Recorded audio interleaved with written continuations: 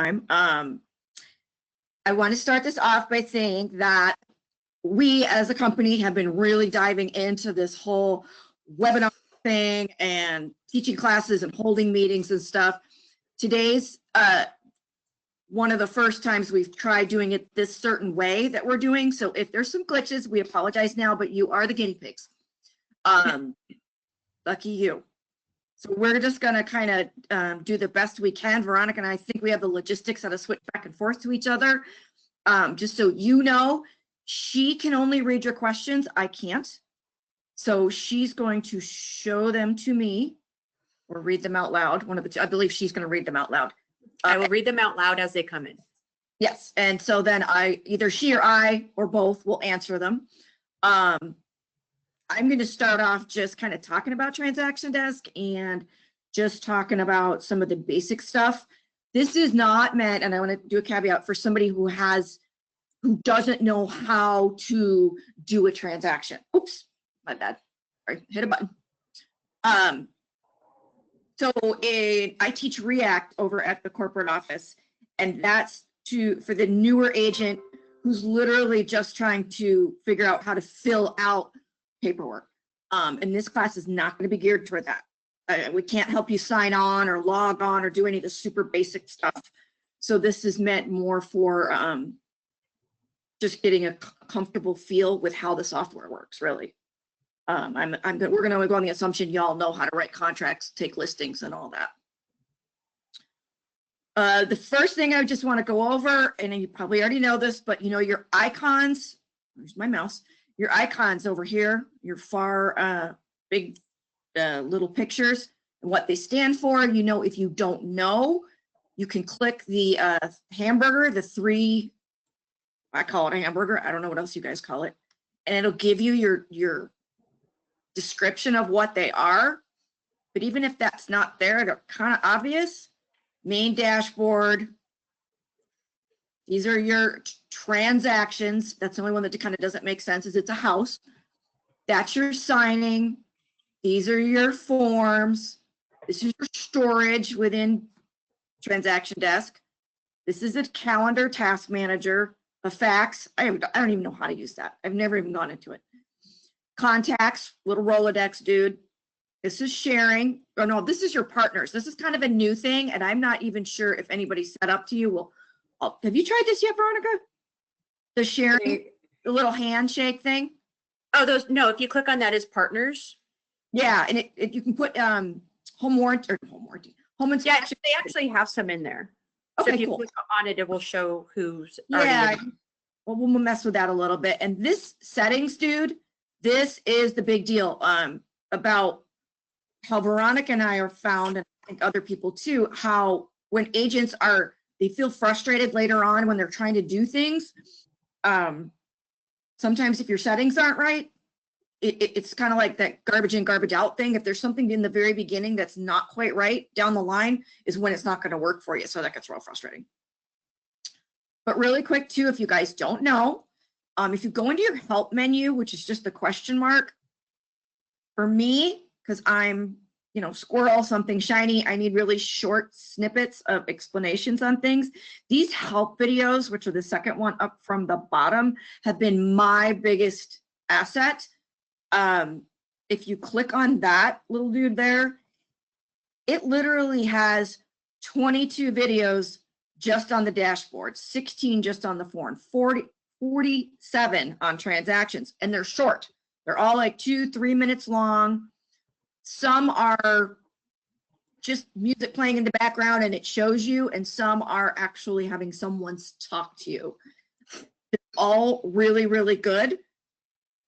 Some of them don't go in as deep as like Veronica and I try to get really deep into it and try to figure out why and things like that. And they're not going to go into that, but they're super handy and they're very specific. That's another thing I really like about them. They're very, very specific. Are you getting any questions yet there, lady? No, but I have a couple people with their hands up, and I'm not sure if they meant to do that. So I just want to make sure if you using the hands up, it's better if you would use the questions and type in your question, because it's hard for me to see. There's a lot of people right now. We have 66 people right now in. 67, and I believe that number is going to keep going up. So if you can type in your question or your chat, that would be easier for us to get your questions answered. You're hearing my Diet Coke pop. Sorry. And if you don't know that you have your hands up, it looks like a bird, kind of like a hand. Oh yeah, someone just said I put mine up by accident. Yeah, so it's just double check that your hands is not actually up, because it makes me think that you're sitting there with your raising your hand. Yeah, and Veronica, don't hesitate to interrupt me if somebody through you, I'm going to look at you to go, hey, Yeah. someone comes in. That makes sense. So what we talking about? Oh, all the help videos. Obviously I know you have nothing but time on your hands. I'm kidding. I know you're busy, but even now you guys are picked the perfect, because let's face it, we do wind up having time on our hands because we're all kind of going, what should I do next? I have found, for me, hands down, my business, knowing the tools I use seamlessly help me succeed in my business. I mean, I know that prior to a year ago, I could do things in zip forms with my eyes closed, right? And that's what's frustrating about changing, because you're at Starbucks someday with your client. Someday, again, you'll be at Starbucks with your client, and you could, or on the phone with them, and you could just type up stuff in zip forms like that. Well, we change over to this, and all of a sudden you don't know where to look for things. I don't know where to look for things. So it's not as seamless because it's not as familiar, but you'll get there with it. I'm positive. I never use zip forms anymore, so I honestly would feel awkward in there again. Look like you're reading something wrong. Yeah, it's really small. I'm trying to see if I can get this bigger. Someone said I can't change my password. That is something that you'll have to reset. And we didn't log in yet, so I'm not sure if you are trying to get logged in prior to the, webinar here. Are you logging in? My question to that person is, are you logging into the SSO dashboard on AAR? Because that can be a little tricky. That's why it's like super secure. I'm going to keep going and then just pop in whenever. So that's just your basic help thing. I did have a pretty good this morning, actually, conversation with somebody in the the live support, the little ambulance dude there. He was very helpful. His name was Adam. Answered all my questions, and that was pretty good. I've also called in and had really good luck. I know occasionally people have said they've had bad luck. We're always going to have bad luck occasionally with support. It just, but I know that's the exception. I will tell you, in my opinion, these guys are outstanding. What's another? Oh, just another general thing I wanted to say too, and you probably already know this, but a couple might not. Like, we, West USA, are not transaction desk. We don't provide you with transaction desk. It's not our program. It's AAR pays for it, or I'm sorry, you pay your dues to AAR. AAR pays for it for you. So if you ever really need transaction desk help, go to transaction desk. That isn't to say that Veronica or I wouldn't be willing to answer a couple questions for you, but we're not transaction desk. We know some stuff about it. Yeah, we know some stuff. We know some stuff. Sorry. Hi, hubby. He just said, "Can I close the door?" I'm like, "Yeah." No, it's fine. This is joys of working at home, right? I got the cat, I got the husband. So just real basic too, go back up to your main dashboard, which is your top, what is that? It's like a dashboard in your car, your speedometer or something. So you guys know that this is just your home dashboard. You know how in Arizona Regional Multiple Listing Service, you can go in and customize how things look to you? Well, that's all this is. And you can do that in all the different dashboards. So this is the agent dashboard. You go down to the little house. That's your transaction dashboard. This is your Authentisign dashboard. They all have their own dashboards. But this is just your main dashboard when you first open the program, what greets you. And you can move these puppies around, these widgets and boxes with your, and I can't see it because I've got Veronica right there, with your lock and unlock. Whenever you want to rearrange or customize what your dashboard looks like for you, unlock the lock, move stuff around, resize it, do whatever you want, and lock it back up. It's just a preference thing. Ultimately, we want this to work the way you want it to as much as possible. You got anything for me, Veronica? Yeah, there's a couple. So hi, Ben. He said, sorry if this is a beginner question. Are we supposed to stop using Zip Forms Plus? No, not if you don't want to. But the caveat on that, Ben, is that it will go away, probably. There's also certain things that aren't supported on Zip Forms anymore. For now, they are still updating forms on Zip Forms, but you don't get Zip Forms mobile for free anymore.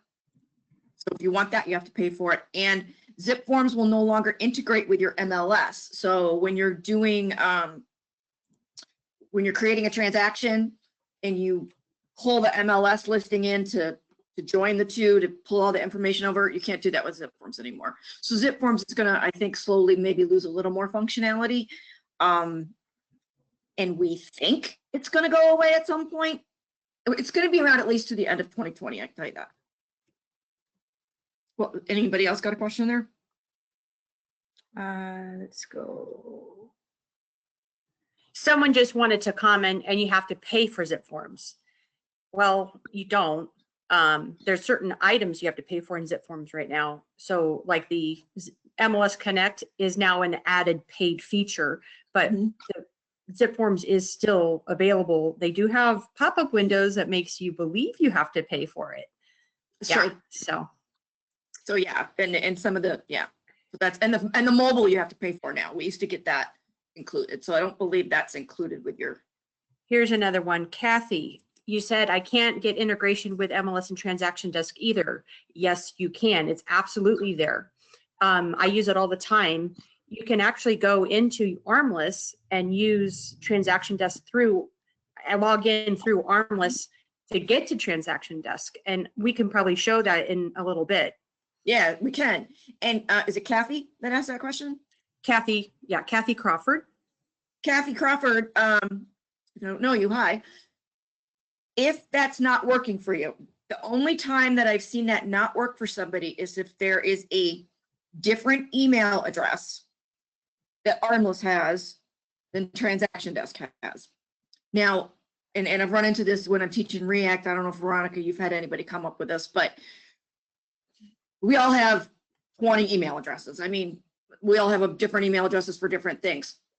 When you join your association, whether it be WeServe, PAR, SAR, or any of the outlying areas, when you join that association and you give them your information, you give them a email address, whatever it is, whether it's a Gmail or a WestUSA one or a Hotmail or whatever, AOL, God forbid. That email address is the one that goes up to AAR, up to NAR, over to Armless, and down to Transaction Desk. So if you have a different email address somehow in Armless than what Transaction Desk has, because you can use different email addresses in Armless and other things, but if you don't have the one that your local association has that's associated with all those other ones, that's where the disconnect will come. And that's something you fix through your local association, I think.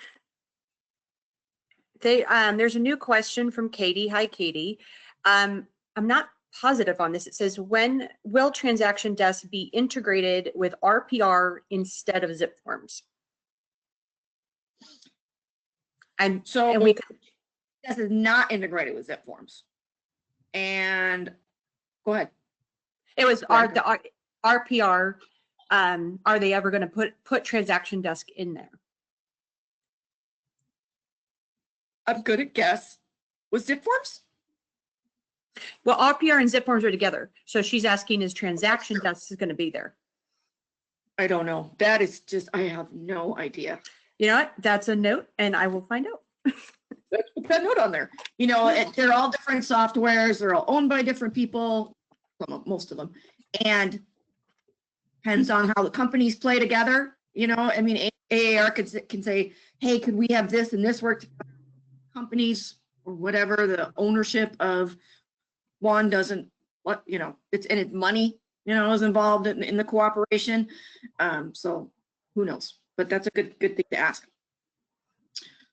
So the first thing I think we're going to talk about is a specific function until you guys, and you guys don't have to ask questions about where I'm at in this. So don't, this is kind of a, we're just doing it as it comes. So don't, whatever questions you have is fine. Okay. If you get one, Veronica, just let me know. Yes. Hi, Ben. Let me get where I can see it all. Okay. What is the difference between these two icons? One, launch transaction desk. Two, launch transaction desk via personal account.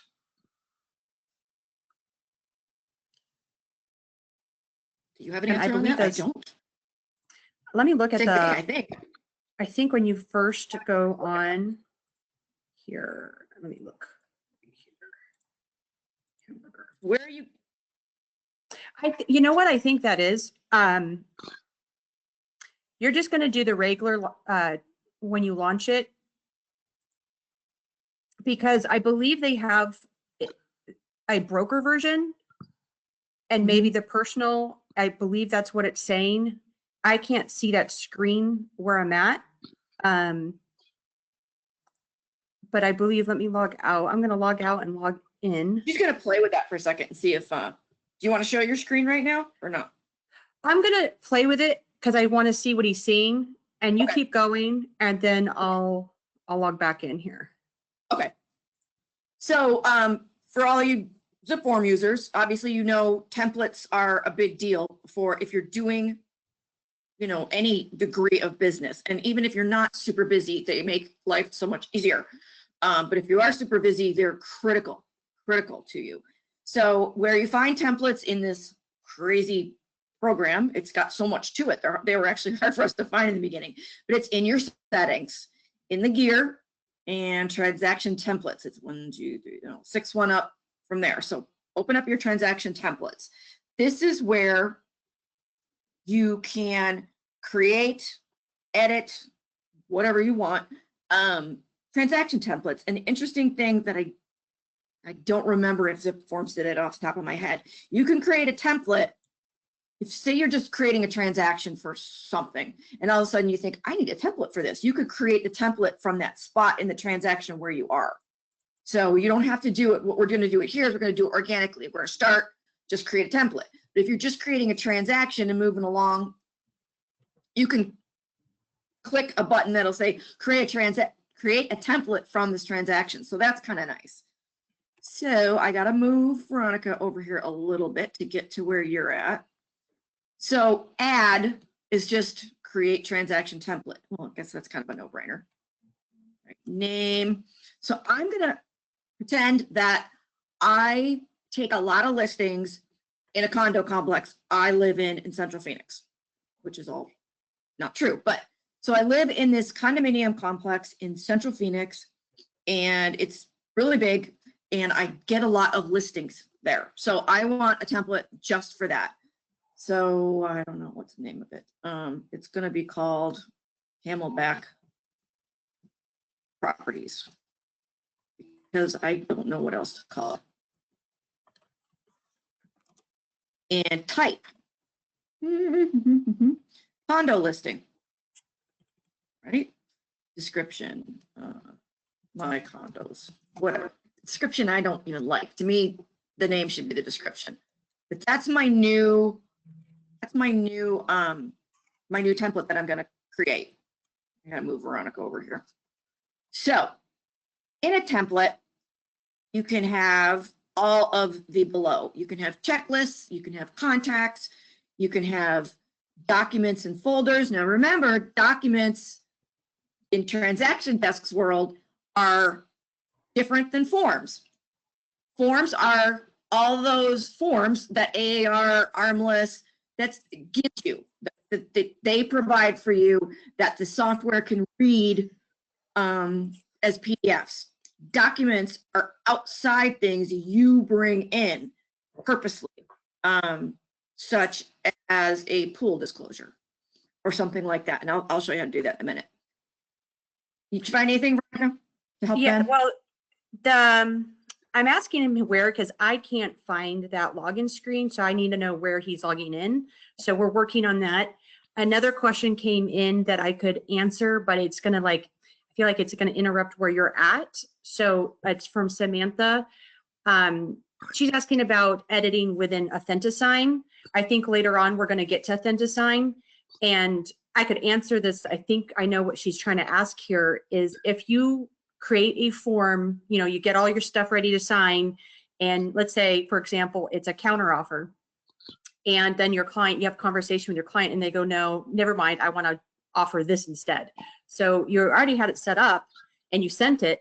So how do you once it's sent, you really can't edit it.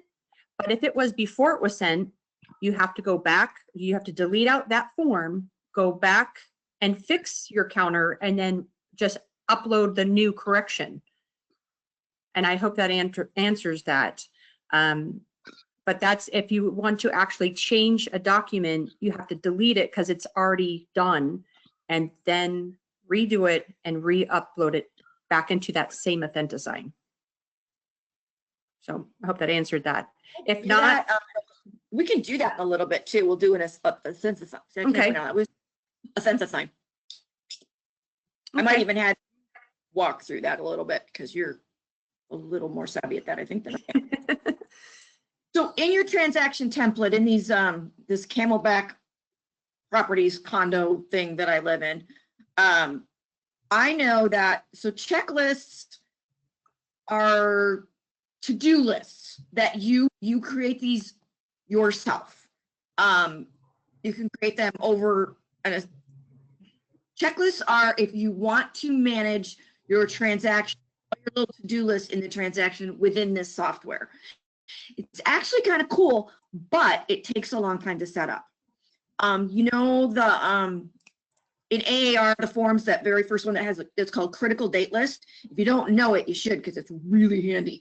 It's one of our forms, just like purchase contract and all that stuff in there, and it's called critical date list. And it has all the things you have to remember, the days with the SPUDs and the BINSR and the response and HO.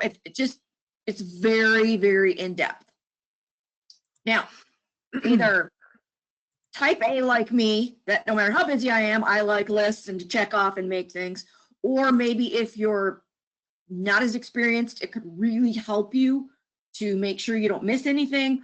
Or if you're just so busy and you just do stuff like that, if you're that busy, you probably have an assistant, and your assistant would use it. Seriously, because it's all the little pieces. It's a transaction coordinator, kind of, right? Would you say, Veronica? Yeah. Do you want? I have two that I could show as a sample real quick, and then they can at least see what it is, because I actually think it's a great idea on a listing side, because there's actually a lot of things that it will help you. Let me go back here just a second while we're sharing the screen. And let's see what you're seeing. Okay, let me get this back up. So if I go to this, Veronica has these checklists already created, which is great. If you didn't, you could create one right from where I was showing you. She's already created some in her setup. So she's got these to integrate into her template. Go for it. So when settings, then I go to checklist manager, and I have a buyer and a seller one, or I'm sorry, buyer and listing. If I go into my listing, I'll show you what I put in here. I schedule photos, and you can change these anytime. Like if I wanted to say, okay, schedule photos, and I actually wanted to make it a task with a due date, I could put a relationship to the listing date here. So you can always customize this, but you can see what I have. I have schedule photos, schedule signposts, activate listing, install lockbox, social media, email seller, because I would have an email template that your home is now active, and I would have all the links in there, because on a listing, a lot of times they don't know what you're doing, and it's a good marketing for your seller to understand how much you are working for that commission. Create flyer, order home book, create and order door hangers, schedule open house for 30 days. So you can do these checklists and you can attach them to a listing template. So it automatically will put it out there and give you tasks to do on a daily if you choose to do that.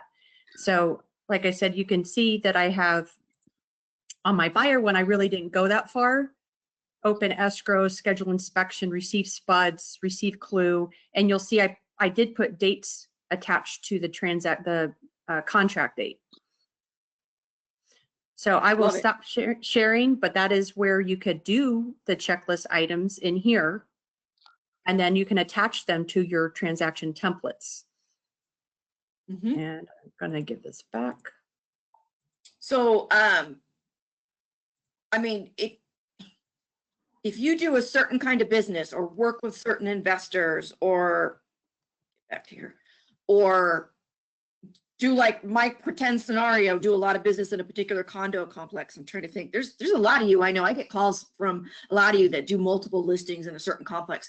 If you had a checklist just for that project, I mean, you'd be like moving along. Or if you're an agent that sort of has a systematic way of doing things. Well, as soon as I meet a buyer, I do this and this and this. Or as soon as I take a listing, I do this and this. Really is the most effective way to get things done. And again, this may be things that your assistant does, and that's okay too, if you're super busy. But these checklists can be awesome. Again, slightly tedious to send up, but not too bad. So you would import or add, hang on one second, an already made checklist like Veronica has, and look, I have one for single family residences already made up. Or I could make one. So you would add it to the template that you're going to stash over on the side for later. Contacts. Now this is just for this template. So if you have existing in the little where is it? The little Rolodex over there. I got to move Veronica again. The little Rolodex, dude, where all your contacts are and all the different types of people they are. You can add them to this template. They don't have to just be people that are going to sign on things or the agents. They could be inspectors. They could be, so in my scenario, it's this complex. Maybe I want to add the manager for the HOA because I know I'm going to need to talk to her. And you just add them to this template. And that will add them to the transaction later. Just because they're, and again, in the transaction doesn't mean they're going to have a signing place. You want to be able to get to them quickly and easily in here. Anything coming up? I have a question, Lori. You asked if I would share your checklist for listings and buyers. I certainly can. What I'll do is, if you want, we'll have a list of all these attendees. And like I said, my buyer one is not really that long. And I know Jeffrey Raskin also shared one with me, so I can certainly email that. I know he likes to share that. So I will share that with all the attendees, and then we can send an email with those checklists and some additional information. Yeah, that's great. And then you can take Veronica's and tweak it to your, however you need it, because it's however you do your business. Awesome. Documents and folders, the third one down here. So remember, in transaction desk's world, documents are outside documents that are not provided via AAR Armless. When we go under forms and we look at our libraries, they're not there. They're under something else. So a typical one, like in my case, in my scenario, my condo complex has a pool. So every time I do a transaction, I want to make sure that there's a pool disclosure in here. So what I'm going to do is I'm going to add a document. Drag or drop files or click to upload. On my hard drive right now, in this silly little folder. Can you see what I'm opening right now, Veronica? Yes. Or not? Okay, just curious. So I'm going to add the pool barriers flyer and the residential pool safety notice to this template. So whenever I get ready to list a condo in Camelback Properties, I've already got, and I pull this template over, I've already got my pool barrier flyer and such in there. If I happen to have a copy of the CC&Rs, because I live here, right? And I use those, I could add those. Because I might want to refer to them or send them to someone. Think about that. You got to be just a little bit careful because you always want to make sure that they're current. You know, if the CC&Rs are updated in Camelback Properties, they're not going to get updated in my template unless I know that. Forms. Okay, forms. Here's the obvious. These are our contracts and all the things that the Arizona Association of Realtors gives us, Arizona Multiple Listing. The Southeast Association has certain forms they give us. So you're not going to see everything I see if you are not a member of We Serve or you're not a member of the Southeast Association because they merged. If you're a member of SAR or PAR or one of those other associations out there, they may have forms linked in here. It depends on who you're a member of. So as you see, you're all going to see the first two. You should. Well, except for people who are they're in a different multiple listing service, you're going to see hopefully yours. But these would show up only if you are a member of We Serve, which I happen to be. But the main ones are going to come from AAR, right? But sorry, my bad. I'm doing a listing. These are for all the listings I take in Camelback Properties. So I am going to want my exclusive right to sell and rent right here. You know, I'm going to want to add that. And I'm going to need my profile sheet. Oh, I'm going to put the listing contract addendum in there because if I have to change the terms later, that's a thing that people ask a lot of questions when they have to change your listing contract. What kind of addendum? You never use contract addendums to change terms in a listing contract. You have to use the listing contract addendum, which is specific for that one contract. You got anything good, Veronica, popping up in there? I do. And this is just I don't want to keep interrupting, but this is an easy question. It's Nick, hi. It says, can contacts be imported from another source or do they need to be added manually into Transaction Desk? You can absolutely put in a whole bunch of addresses and there's several ways to do that. When you hit add contacts, it will ask you, do you want to take it from Google? Do you want to take it from here? So there's a lot of options there. I would suggest that you click on the, I don't know what it looks like a little Rolodex icon. And there's some choices there. If you have further questions, please put them in here.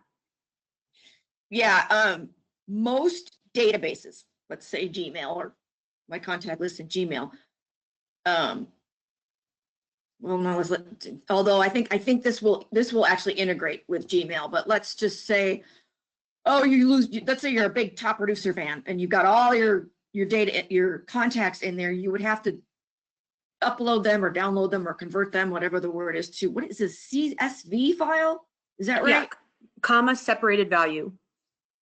Yeah, so you could get them there, but you'd have to do a middle step, which is not hard to do. It's a little intimidating if you've never done it, but it takes all your contacts from something, CSV, and then you can move it over.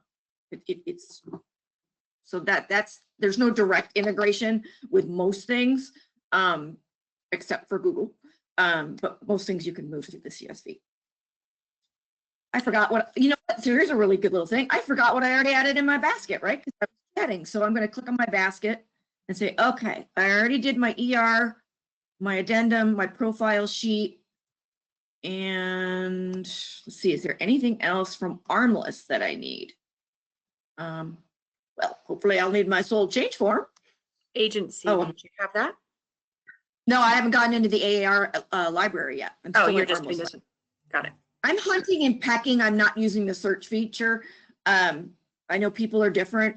I prefer to use the search feature, but I figured I'd go in here. Wait, let me see. Okay, that's it. I'm good. Okay, now I'm going to go into the AAR library.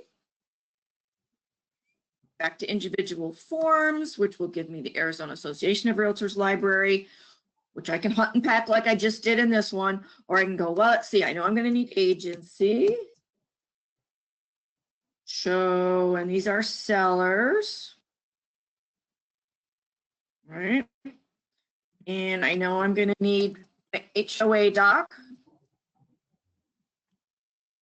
because my place has an HOA. And my place is in Central Phoenix, so guess what? It was built in the 1950s, and I'm a listing agent. So I know I'm going to need lead-based paint. Agency purchase, well, I know I don't need purchase contract. What else do I need, Veronica?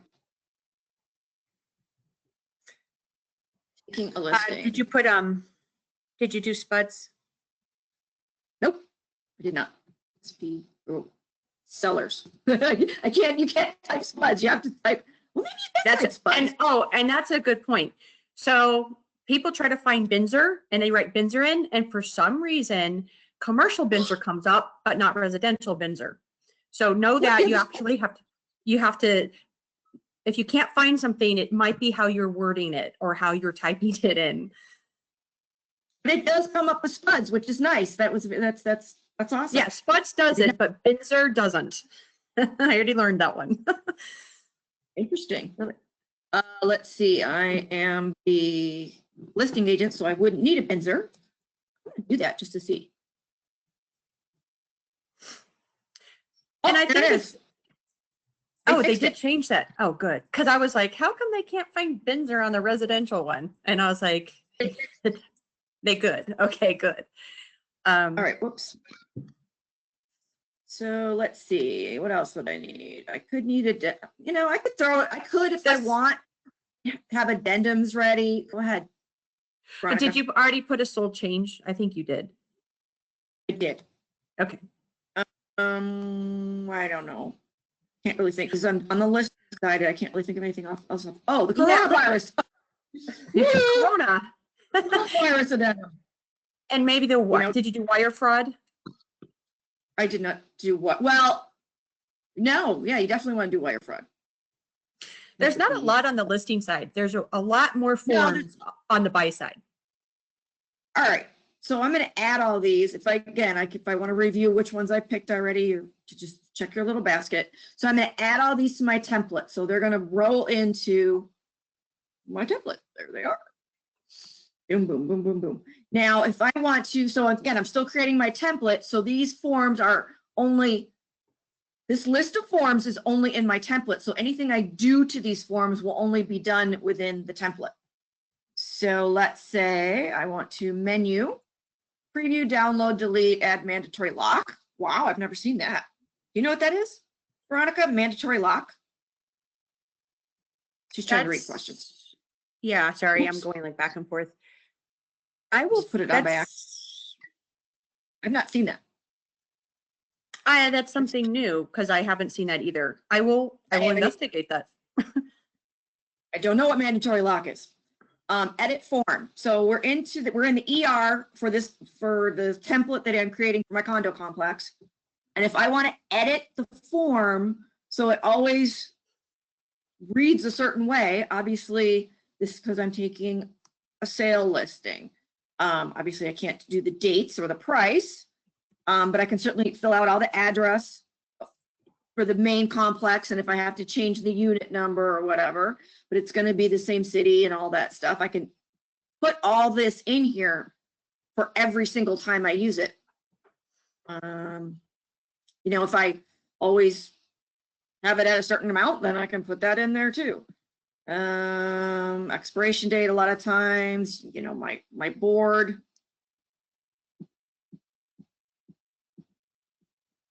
Hey, Veronica, how good are you with clauses? I have some in mind. I think I have an escalation clause, and I'm not sure. I might have put a termite clause in there. I have you just know- a couple. You know how Veronica showed you how there's checklists like available that she has them made to pull over to put in documents? You can do this with clauses. So a lot of you may or may not have seen Bob's clauses. Some of them are great. Or let's say you sell a lot of owner agent properties. Let's say, oh God.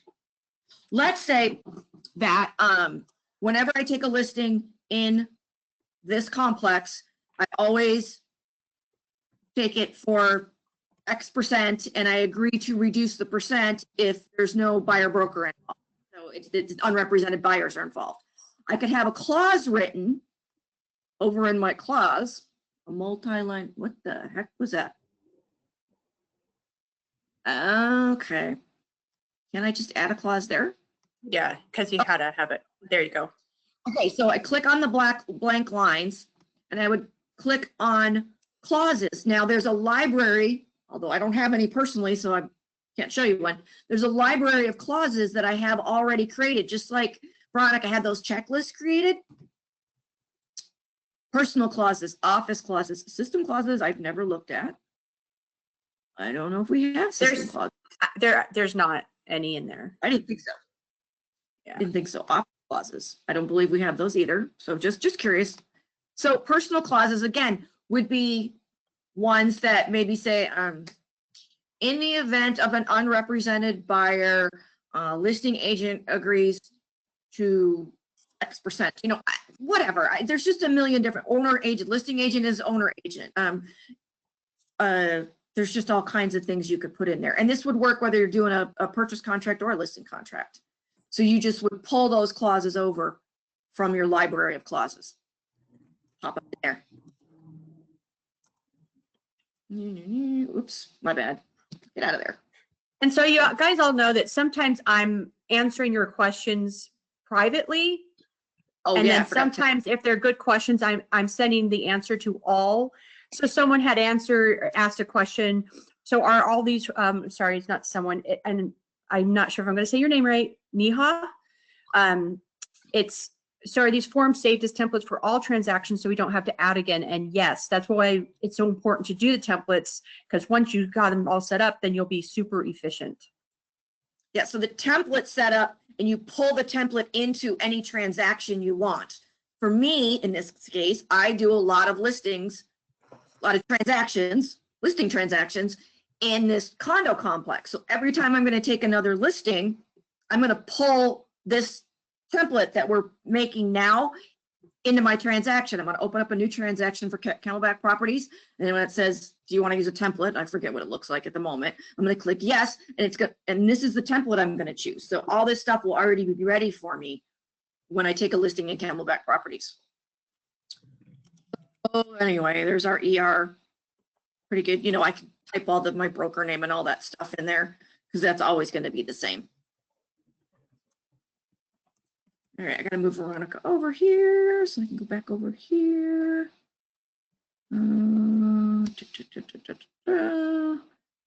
Transaction forms. So if I want to go into my other forms, whoops, gotta move Veronica again. So if I want to start editing any of these other forms now that I want always to have the same information, my profile sheet, I could kind of dummy that up a little bit because I know that. Oh, sorry, that's my dog. That's okay. Why is my cat's not coming in here getting cat hair all over me? You know, the profile sheet in certain circumstances could be, oh, here's one. Let's say there's 3 different floor plans in this condo complex. I could have a different template set up for the 3 different floor plans. Again, it's really handy for just real specific things if you're super busy. Obviously, you wouldn't fill out the SPUDs, but you want it in there. Let's see. And there's a trick for the profile sheet. I think it's good to put it in your template, but there is a little trick, and it's the only form because I find it really redundant. So the profile sheet you can do through MLS and then have it already completed and still send it back in to get signed through Authentisign. And that is a trick I can show everybody at some point, but maybe we'll do a little, manager tip, I don't know, and I'll do another video and show you guys how to do that, because it's super easy to do in MLS. I think you still should put it in here. And we have people from different brokers in here, so their broker requirements are going to be maybe that they have to have a profile sheet. So always check with whatever your broker wants. You might need that profile sheet depending on how your broker, I don't know if you want to expand on that, the difference with West USA agents versus, I don't know. West USA allows, instead of, if you, obviously the profile sheet is that long, every single piece of data, and then you have your seller approve it. We take that, but we also will take an MLS printout as long as it's not a public printout and it's a full private printout, and you can have a seller sign that, because that basically, they mirror each other with data. So we accept that. Your broker may not, but a lot of agents just do that because it's, for them, it's quicker and easier, as long as it's one or the other. Yeah, there is something in Armless that if you don't know how to do it, you're missing out, because you put it all, it just fills it all out for you. All right, I'm getting out of here for a sec. I need to go back. All right. So, all right, we were just in forms. Okay, so this is a little new for me. I haven't messed around too much in team sharing. So, I'm Susan Herber. I work in this, I do a lot of business in this Camelback Properties, and I have a team, 2 other agents. There's 3 of us, and I'm going to share this. Is this for sharing the template in particular, Veronica? Yeah. Okay. Why don't you talk about, you're a little better at this little than I am, for sure. So the teams and sharing, keep in mind, if you have a team member that's not inside your office, you can't share to them. So it has to be within your same branch. So like I'm at Arrowhead, I can't share with Kierland, okay? So depending on how you do this, if you have a team that's within your same branch, then yeah, you can share files. You can also, if you click on, Susan, will you click on the team and sharing? I think it will show you, and if you hit add, I think it's going to show you the next, yeah, so I don't have, oh, I see. Group. It's not, okay, that's not, well, there you go. So if you click on right there, then yeah, you can say, like, if you click on this, the top person, it will then give you an option to give them full permission, and then you can, I think if you put them now in, how do I do that? I can't see the screen here. Start creating your team by adding members from your available team share members. So it's like, oh, I know why I'm not on the bottom of the page. Okay, there I was like, okay, now once you do that, you'll see the permissions right there. So now you can see full, if you hit that drop down, it will give you all the options of what you want to do with them. Maybe they're just going to read it. So maybe you're a team, like you're a coach, and you want to review before they send it. Or maybe you want the full, so you can help teach them how to write something. Maybe it's just, I want to confirm, hey, does this look good to you?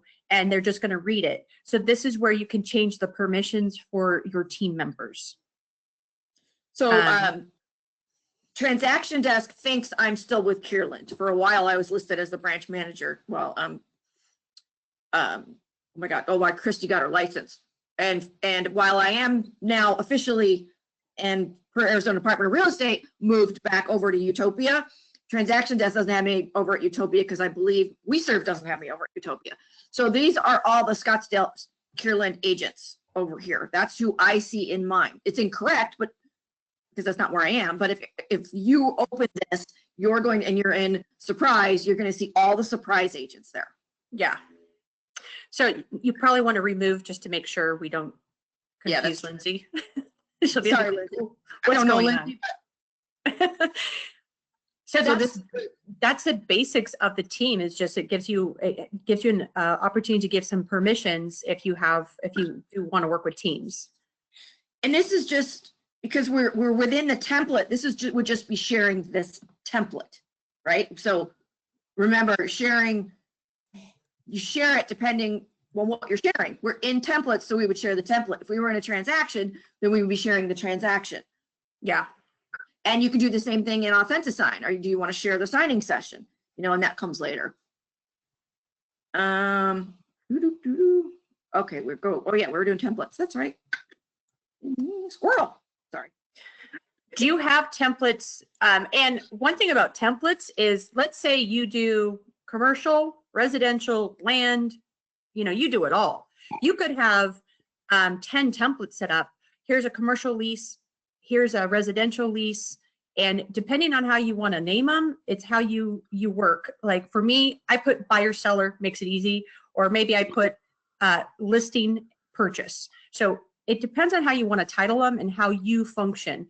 It's just like they were in zip forms. So if you did templates and zip forms, this is very similar to that. Yep. So in a nutshell, that's how you create your templates, share your templates, what you want to put in your templates. Do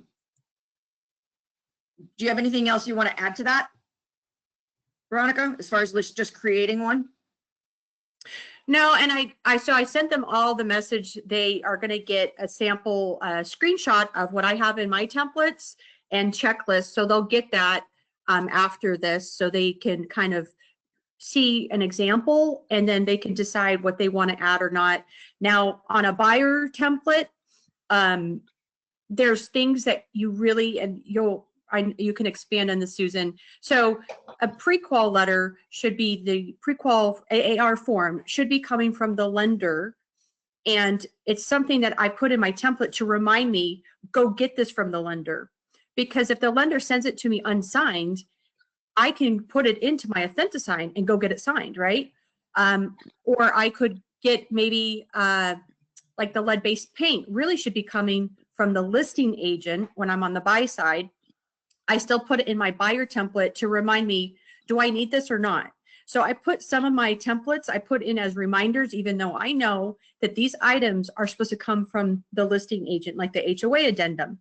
That third page should be in MLS, but I want to put it in there to remind myself, do I need this? So I like to put some things in there as reminders. So when I send you my templates, understand that you don't, as a buyer, necessarily are going to fill out the lead-based paint. You're supposed to get that from the listing agent. Yeah, there's so many cool little tricks you can do. And remember that a transaction, unless you share it, and a template, unless you share it, it's yours. It's your organization. So stuff that's in a transaction, whether it be people, documents, forms, checklists, that's only yours until you send something out via AuthentiSign or sharing. You know, the buyer or whoever isn't going to get everything in your file or in your transaction or in your template unless you choose for them to do that. You know, that's one of the reasons why when you're doing AuthentiSign, I always make sure, like, don't put the other agent as, don't send them in anything in AuthentiSign ever, unless you want them to specifically sign something, because that's between you and your client. You can, after you get everything back signed from your client, you share it with the other agent. You don't include them in a signing session with you and your client. They need to send their signing sessions to their clients, but they're not involved in yours. Yeah. So to go, there's an option in here to do a carbon copy where you could, but I disagree with adding the other side to it, because your client calls you up, you put a carbon copy and they want to change the counter, but you've already sent it. So it's better to not have it sent to the other party for that reason. You never know when your client is going to call you up and say, never mind, I want to change that. So yes, you can in here, but I would disagree to do that. Yeah. I agree. There's this question comes up always, the SPUDs. So Hannah, you said, what would be the best way to fill out the SPUDs? Would you have the client fill it out? Would you create a template so they can do it electronically? I do understand what you're saying. So you could create in Authentisign a template, and it would be a lot of time putting in a box for each field for them to fill out. It would be very confusing, even after all that time, for your client to say yes, no, answer, yes, no, answer on an electronic. It would be faster for them to print it out, fill it out, and send it back. So I feel that even though it feels old school, the SPUDs is something that should really have them fill it out. And I know some people have done like a fillable PDF, and it takes a lot of time to set that up. It takes a few minutes. If they're going to be serious about selling their house, they need to fill it out. It's easy, yes or no, and here's the answer why. And it protects them. So you could have it done through Authentisign if you really wanted, by filling out all these little boxes, but I think it's a waste of time. They need to be serious about selling their house, fill it out, and send it back. That's my take on that. The reason, and I agree with every word she said, just to give a little more, just the reason that the SPUDs is not PDF fillable is because the attorneys at the Arizona Association of Realtors do not want to add encouragement, if you will, to agents filling out the SPUDs. And they feel that it's just not worth the risk. And I don't make that decision. I don't think they're wrong. But again, in this day and age, people just hate. But right now, that's what we got. Will we ever get a PDF fillable SPUDs to send to our sellers? Maybe. I don't know. But we do not now have one, and it is recommended that they still have to do it old school, which is, it is what it is. Fair enough? All right. Fair enough. Yeah, it's a legal thing. It's a legal thing. It's all it is. So that's why it's not there. Okay, go ahead. I was just going to say there's another question. Tammy, hi. It says, you're speaking of Authentisign. Will it be possible to use e-sign as well, or do we have options? Well, I don't know why you would still use e-sign, because Authentisign is built into this. And if you use e-sign, you're adding steps. Once we get, and Susan, I think once we get through this, we could do I don't know if you're going to go next and fill out, from something from MLS, set it up, and then go to Authentisign. But Authentisign is super efficient in here. So once you get in here, you don't upload, download, you just click and it sends it. It's within minutes. I have timed myself in less than 5 minutes. I have set up a contract, sent it out to sign, had it signed and back, 5 minutes. So this is super efficient. Yeah, e-sign it's not bad for what it was, but compared to Authentisign, it is clunky. It's clunky, and it isn't integrated with this. So you have to take everything you want signed out of here and move it either to the hard drive or the cloud or wherever you're going to put it, and then pull it into e-sign. E-sign is still available. It will be available for a while. I don't know what our current contract is with e-sign. I mean, Arizona Association of Realtors contract is with e-sign. As far as lengthwise, I don't know. But it is still available, but I don't understand why you would use it. I kind of want to jump into e-sign because that seems to be where people get bogged down. Yeah, I think that's where they get the idea. If you've set up your templates, you start a new transaction. I think a lot of times I sent it, but how do I get, and there's several cool things that you can do in here with the Authentisign and bringing in and documents. And let's say for instance, a listing agent did not have, they put on the market, they didn't even they got 4 contracts before they could upload the lead-based paint in the SPUDs. You can, and then so they emailed it to you instead. You can use, there's a little envelope in here that you can use, and each transaction has its own specific email address, which is so cool because you could then take that information from that email sent to you, forward it to that, and it goes right into your documents here so that you don't have to upload. It goes in, and then you just add it to the Authentisign to get signed as you've had all the everything else. So it's pretty slick. Yeah. I'm making up a transaction really, really fast. I'm just gonna create a transaction. It's just a very shell one so that we can pop it over into Authentisign. So Veronica lives in this complex and I'm gonna list her condo. It's not listed in the MLS. So wait, no, I can't import data anyway because it's not listed. I could, however, if I knew that I had already done a bunch of listings in MLS prior and they were sold, I could import them because if I did it right, I can import them over.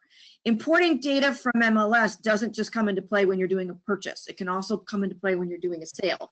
But we're not going to play with that feature because today, but you should know that if you want to import, for the person earlier that said why I can't import, you should see this. If you don't, there's a disconnect between Armos's email address and the email address the transaction desk has. Do you want me to, I'm looking up MLS numbers. Do you want me to give you an MLS number that has documents in it if I could find one? Sure, I'll back up a little bit. It's always what I do when I'm teaching the classes. I try to make sure I find one. This one has an HOA and SPUDs in it. Are you ready for the MLS number? I don't know how if I can do it afterwards, can I? There's got to be a way I can do this. Hang on. Wait, and I can't see where you're at. Import data. There it is.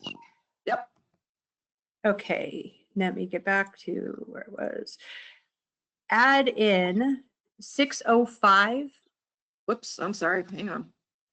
I gotta move you. Veronica and I have to juggle our screens around because screens. It's hard to do this.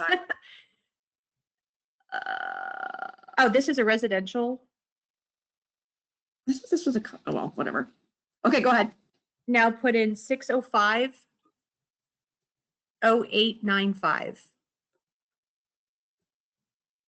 And you could put automated populate forms, import. So this is not going to be in Camelback Properties, but we're going to pretend it is. Yes. But I wanted to show, so if you go bounce to the right-hand side on documents, you'll see that those documents just got imported in. Yep. So these are the ones that whoever is the listing agent, Scott, or no, that's the seller, put in the MLS like they're supposed to. Oh, look at that. They put the H, you had put in your template. So these are the ones, these two are ones I put in my template and it brought over. These two are the ones that the listing agent put under the docs tab in the MLS. The reason they're not, and remember, this is the goofy thing a little bit, documents are outside, forms are inside. So forms are my listing contract, I mean, my ER, my stuff that's given to me via AAR straight from the libraries that we looked in earlier. These things come from an outside source. And yes, I know the HOA and the SPUDs come from AAR, but the listing agent took them, filled them out, put them into MLS. And so this is drawing them from MLS. So that's why they're under documents and not forms. The software cannot read a document. That makes sense? Like a PDF. They can't read it. They can read a form.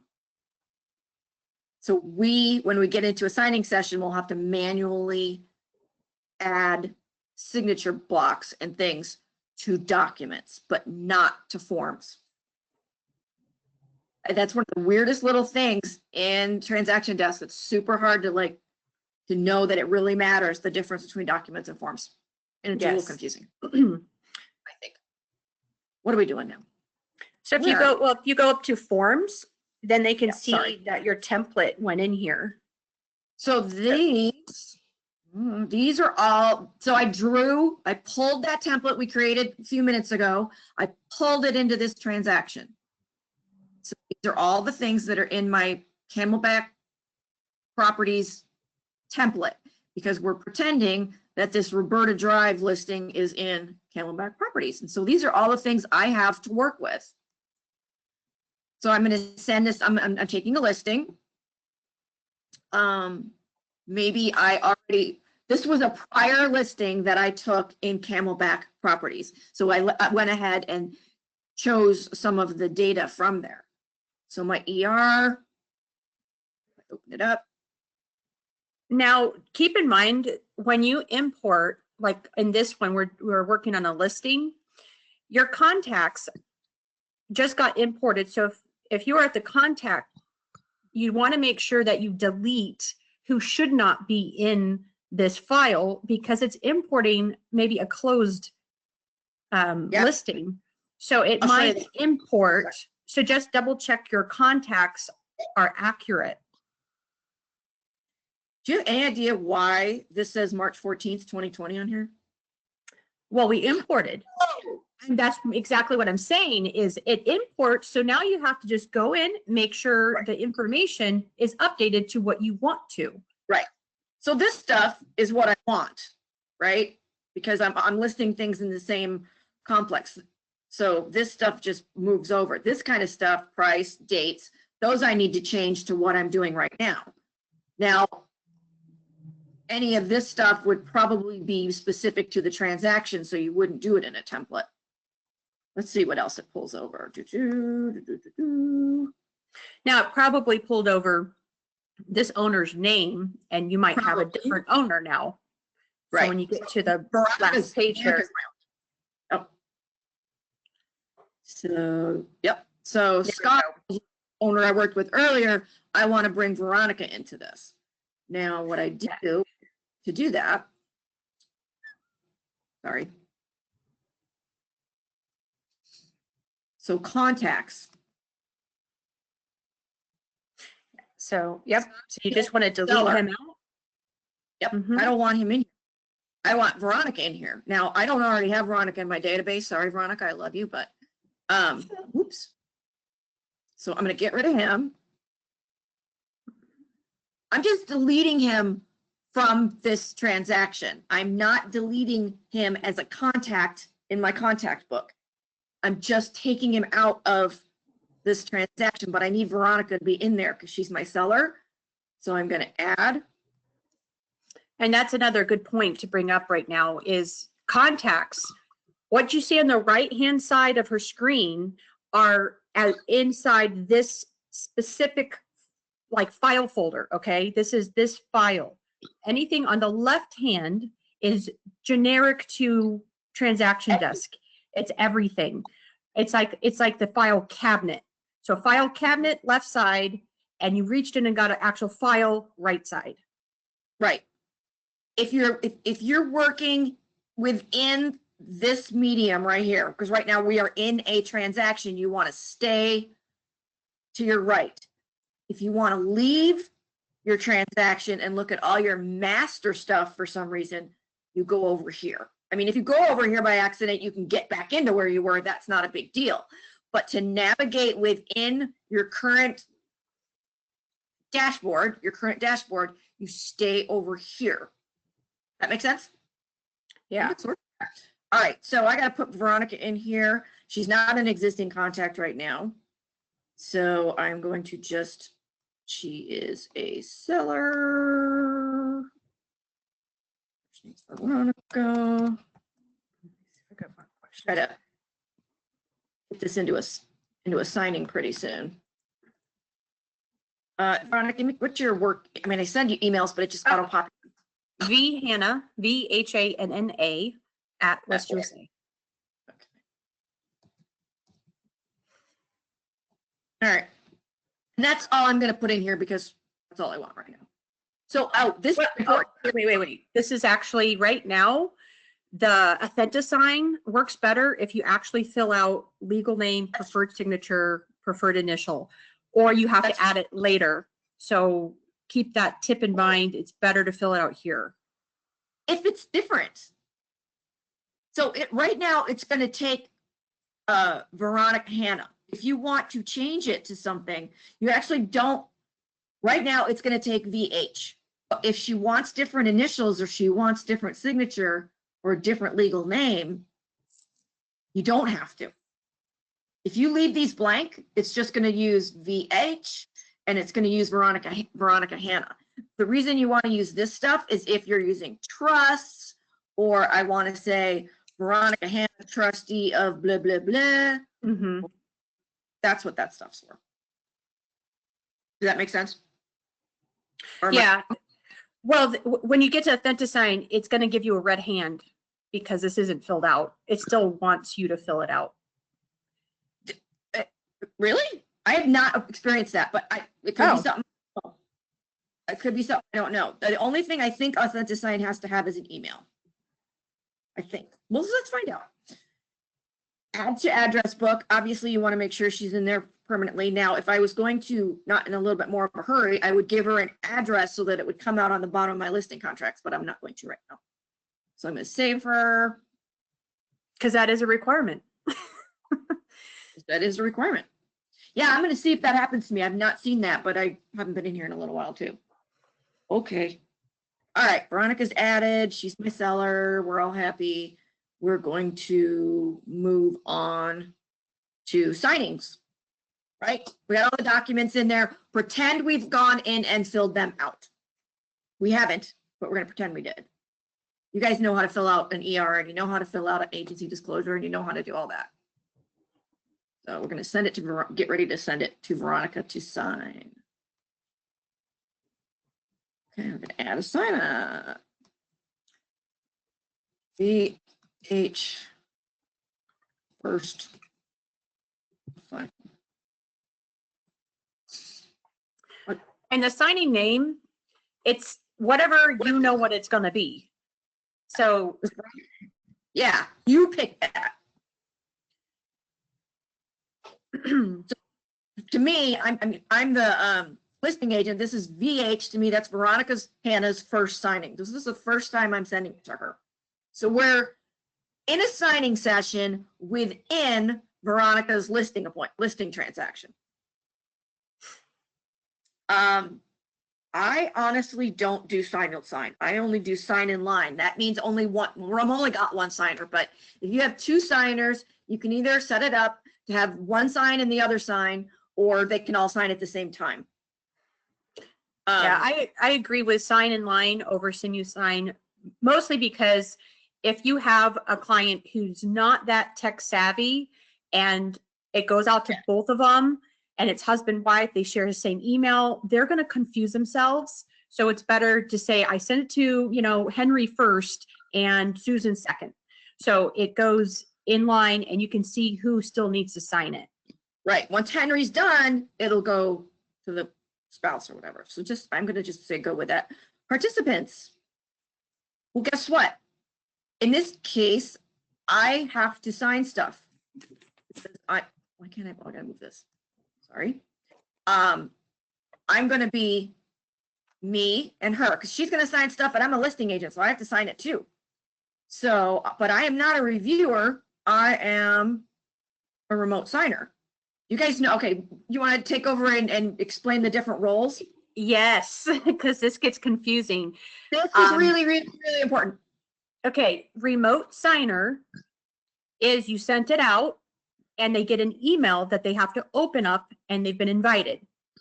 In-person signer, they will not get an email and they can sign. And this is great if you're in person with them and let's say you have an iPad and they're going to sign on the screen. So you have to have basically a device that they can sign while they're with you. The reviewer is going to get an email and they can review it, and they can either say, I accept it or I reject it. If they reject it, it goes one or the other. Yeah, They have it goes. to reject it. Yeah, so if they reject it, then it goes back to the beginning. Okay, so if it's like an attorney and he rejects it, it's probably because he wants to change something. But if the reviewer says, yes, I accept it, that's all they're saying. So they've reviewed it, they accept it, but they can't change anything. They're not signing anything. The CC basically is, they don't get an invitation. They get a copy once everything's done. And this is why I said there is a capability to add someone in here, but if it's the other agent, I would not use it in that way, because your client might last minute change something. So when you do the carbon copy, maybe you carbon copy your coach or a team member. And that would be great to use, because if you work in a large group or team, then having them see that you did this already is helpful. And then they get a copy, or maybe it's your transaction coordinator gets a copy. So carbon copy, I think, should be used in that matter. But remote signer is email, in person, no email, reviewer, email, but no, can't change anything. Carbon copy, they get a copy after everything's done. They just get a copy. Yep, that's perfect. This one, in-person signer, confused me a little bit until I realized it's like a security thing. So I'm sitting with Veronica and I'm on my iPad or I'm on my laptop at Starbucks and I want her to sign, but I can't email her because we only have my laptop. So it's a way for, if there's a security measure inside of this thing where if I click and she's that, it knows it's not me signing for her. Does that make sense? It's weird, but it makes a lot of sense, especially if you have one spouse that you're sitting with and the other one's at work. So one spouse you're sitting with and they're going to be your in-person signer, and the other spouse is going to be your remote signer. So it's really a cool little deal. So for me, I want to get emailed for whatever reason and to sign my stuff. So I'm staying with remote and I am keeping Veronica as remote. Perfect. All right. So here's our two participants. And this is interesting here. When you see us, so there's me and there's her. You see the next thing where it says listing agent and her as seller? That's how Transaction Desk is going to read all the forms and where to put your signing and initialing on all those forms. It's going to read all the forms, and wherever it says listing agent, it's going to put me. It's going to read all the forms, and wherever it says seller, it's going to put Veronica. So it can do that with forms. It cannot do that with documents, except that this is one place where it gets a little screwy. So if I wanted Veronica to go first, I would just, you can switch these, one being me being 2 and her being 1, you can switch them back and forth. Next thing is document. This is the only place. Watch. Oops. This is the only place where it messes up the difference between documents and forms. When you see this after participants, it says documents. It should say documents and forms.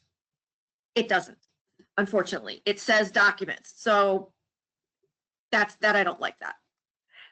Meaning it's just a generic, it's not saying documents in that, it's just a term. It's right. Not pertaining to documents versus forms.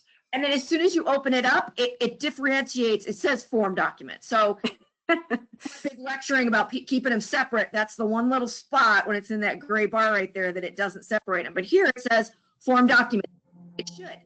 And if you look, the first, several are Instinet forms. Those are all the ones it drew from the libraries that are inside of it. And then these down here are the ones that came, the pool things came from the outside source that I put in my template.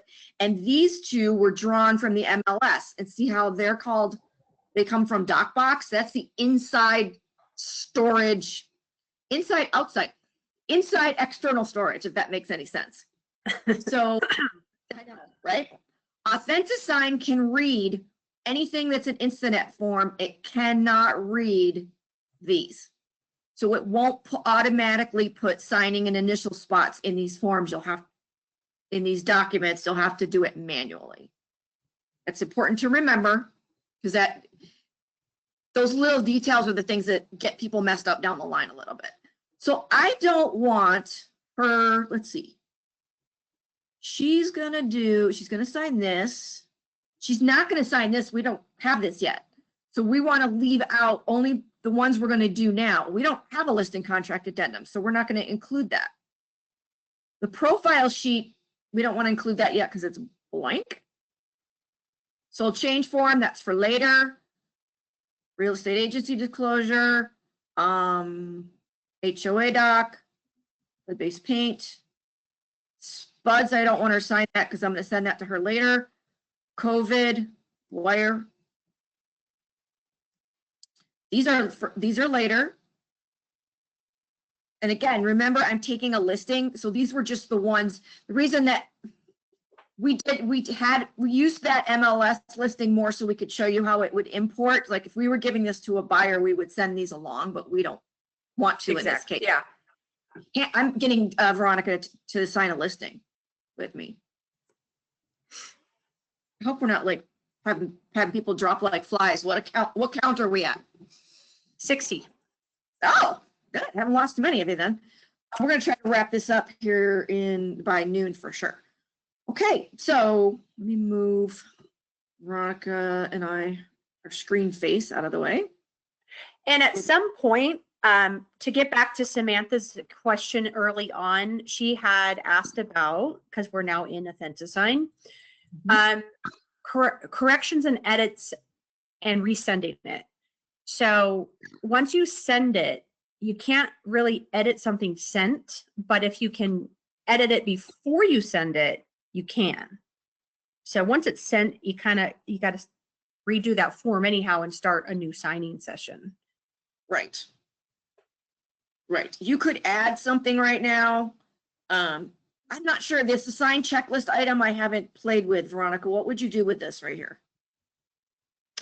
Well, if you click on it, I think it will bring you to, there you go. It will tell you what to do with it. So you click on the agency, let's see, or click on that, yeah, just for that drop down menu to come down. So checklist item. Don't know what this means. Mine doesn't have that. I don't know why it doesn't even make sense, because why would these be checklist items, right? Well, I'm not sure if your template, if you added something on your template, but I don't have this come up, but that's why I want to just see the drop down. So do you have ignore? Well, but what I'm saying is I don't even have assigned to checklist. So I think it had to do with something that was set up originally in your template is what I'm gathering here. But Yeah. So I think that's what it's saying is if you had your checklist item for documents, it wants to add it to something. Okay. Sorry, guys. Just a feature that not real sure about right there. All right. So there's your stuff. There's your 6 that are going out to her right now. And then the design. Magic one.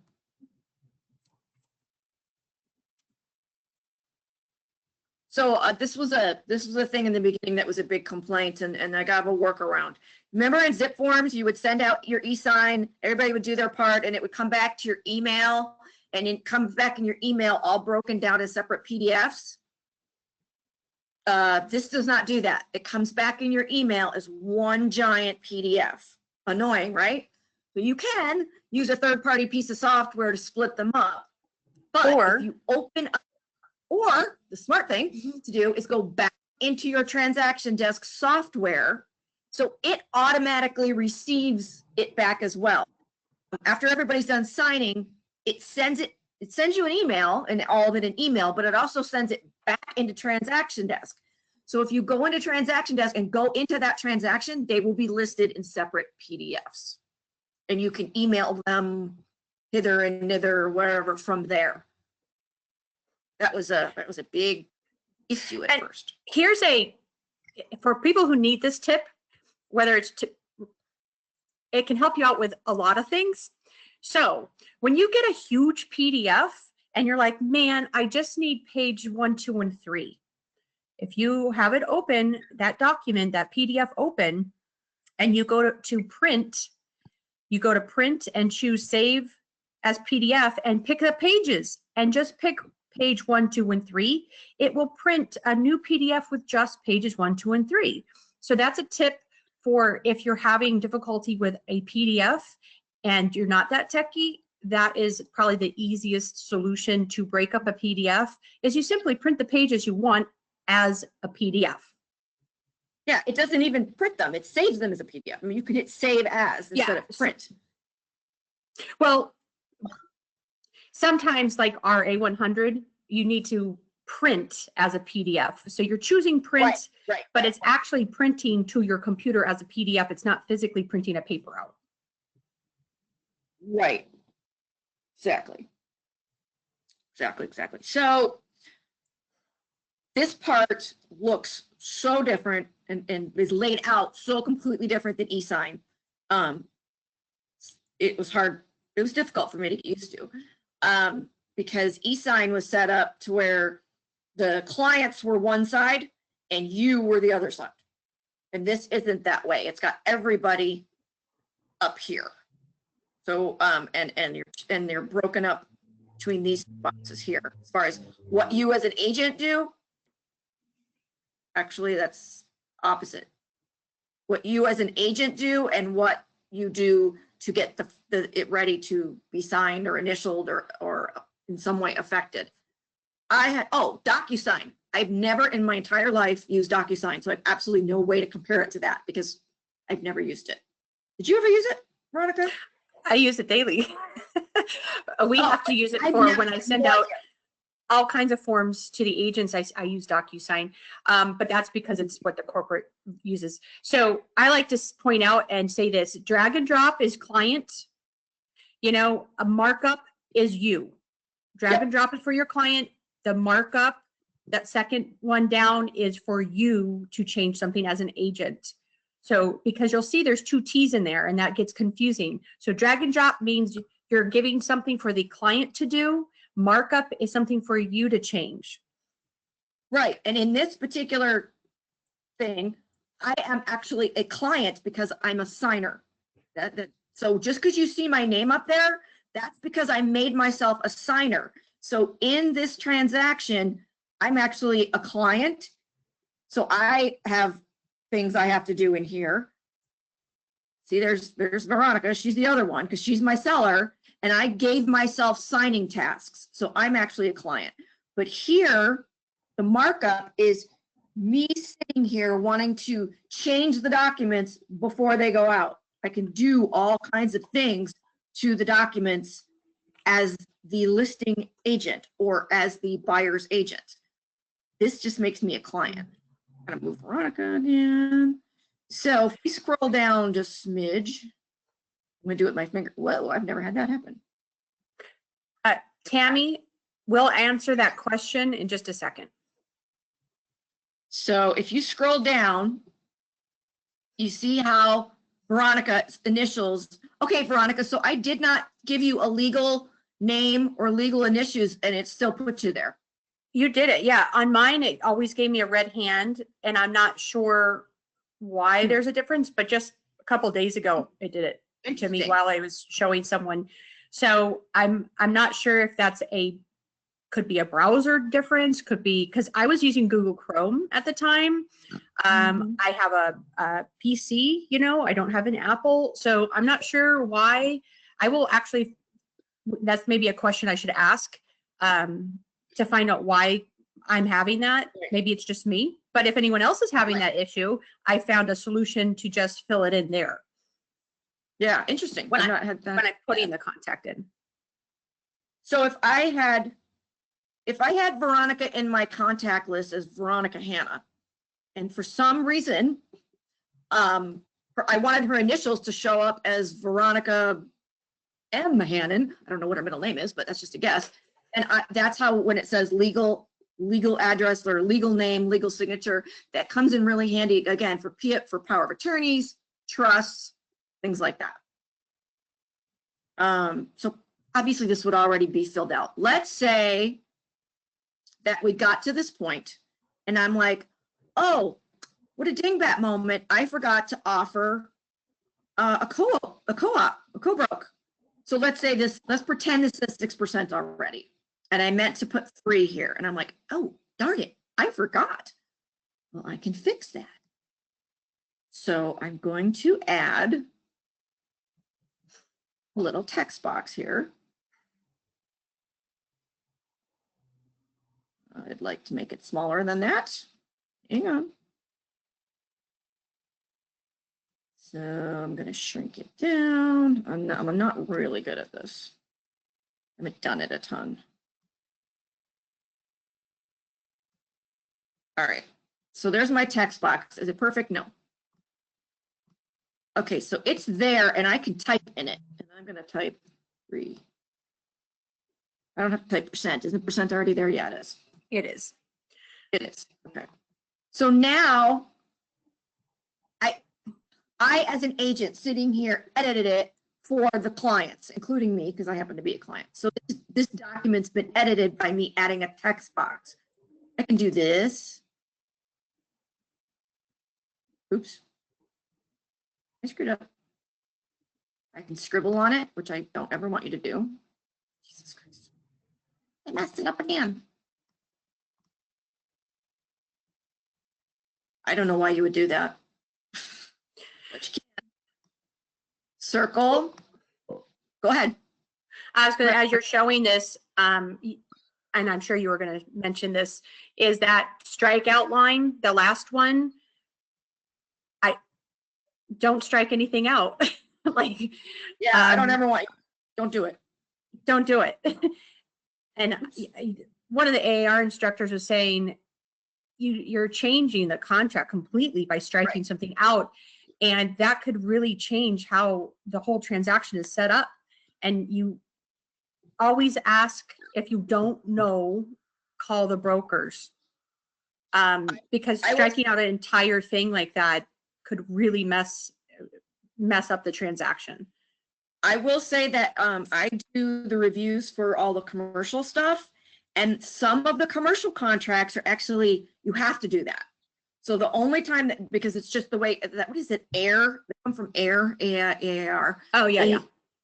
R, and they actually have areas in some of the leases or contracts that you have to strike out. So for that, it'd be really good, really handy. But in a general, everyday residential, don't do that.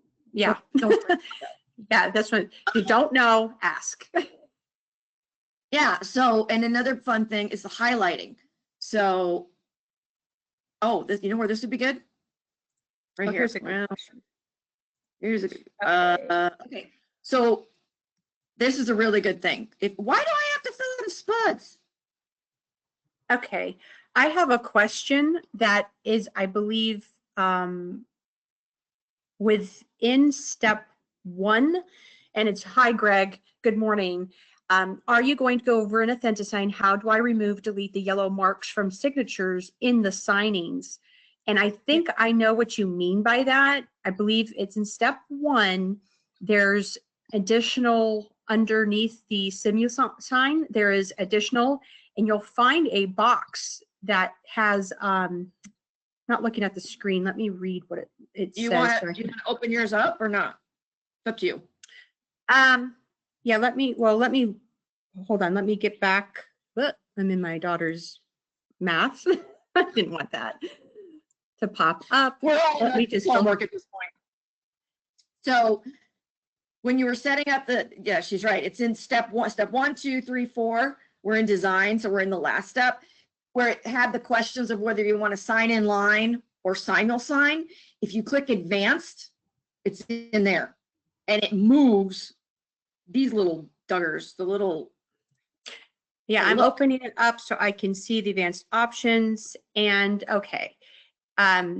It says, Greg, hide signature keys on signed documents. I'm not sure if that's what you meant as the yellow in signing, but that's where it is. There's a checkbox. So in step 1 under advanced options, it's the very last box to check. And it says you need to check that to hide signature keys on the signed documents. So when your clients are getting it, there's these extra annoying icons, and I agree. I don't like those, so I do check that box and hit hide. There's also another option in there that said authentic sign position, the ID. You can move if it was to cover up some words, but those are the 2 other options within that advanced option in step 1. So let me know if that answered that question. That has to do with how, how this looks is what I think he was talking about, but definitely what Veronica just addressed in her answer, how this looks.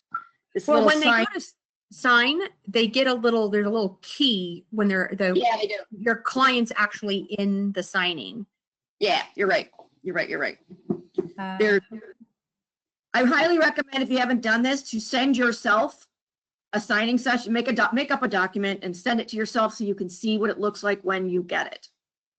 A cool thing about this is whenever Veronica signs electronically is what the date pops up.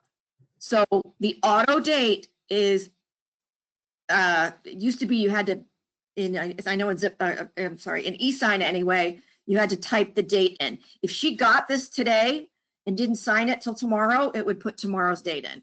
If I signed my part today and she did hers tomorrow, we'd have 2 different dates. But of course, the contract isn't valid until the later date. Here's the agency. Let's say you forgot to click what you needed to click. She's a seller, right? And I need to click boxes 41 and 42. Let's say I forgot. I could actually, when it goes to my email, give myself a couple X boxes to X.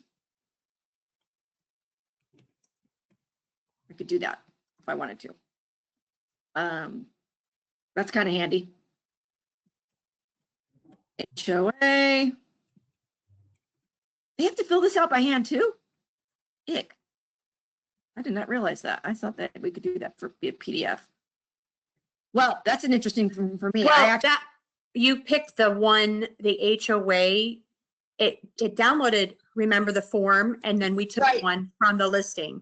So we would have had this filled out before we sent it because it's a listing.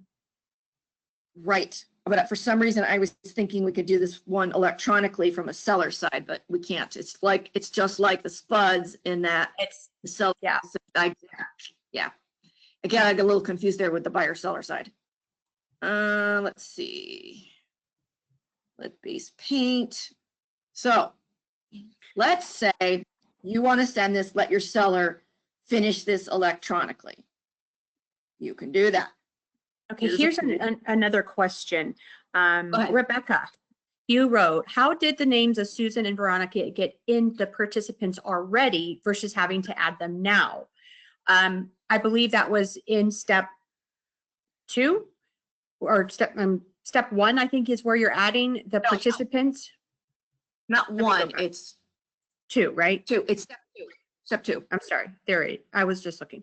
So those participants came from the transaction. We're inside that file. So this signing, we're not doing a generic signing. We're inside the signing that's within this file folder.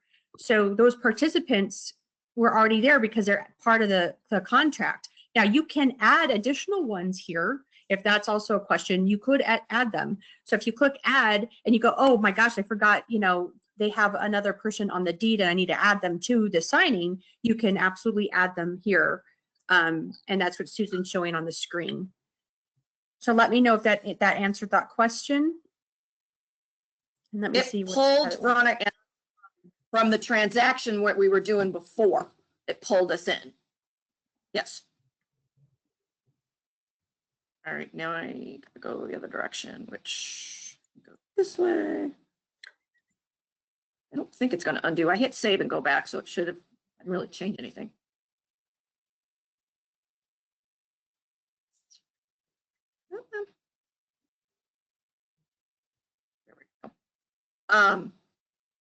So I've been showing you, down here a little bit. Fraud. I've been showing you things that before I send it out to the clients, am doing to the document, right?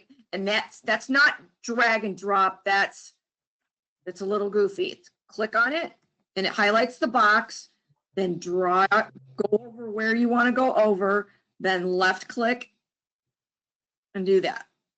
That's if you want to highlight something or make a particular box somewhere. And you can do funky little things to it. So whenever the little green dots are showing, you can get rid of it with your little trash can here. It's very tiny. So, or in your settings, you could change the color.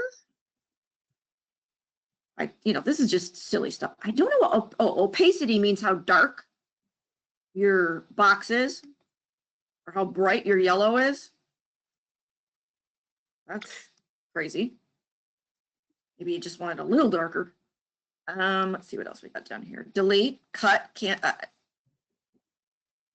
all kinds of fun. I don't know if this is a little more like, I can't really understand why you would really need all this stuff, but it's just good to know.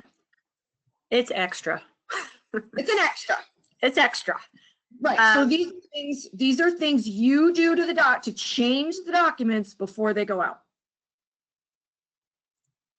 Then if you go to the drag and drop, this is what these people are doing. And I happen to be a signer in this session. Remember, because I got to do the lead-based paint and stuff. So this is what I'm telling Susan to do. Because when it comes to me to do something, I didn't have to do it that way, but I did. So it's telling Susan, because I'm a signer, what to do. So it actually should have me on the lead-based paint, at least. There I am. Because that's the only place, yeah. See, I'm right here. So this is what it's telling Susan to do. So if I wanted Susan to do something else, I'm trying to think what else would I want to add myself to do? Did you do on the lead-based paint? I didn't see all the initials.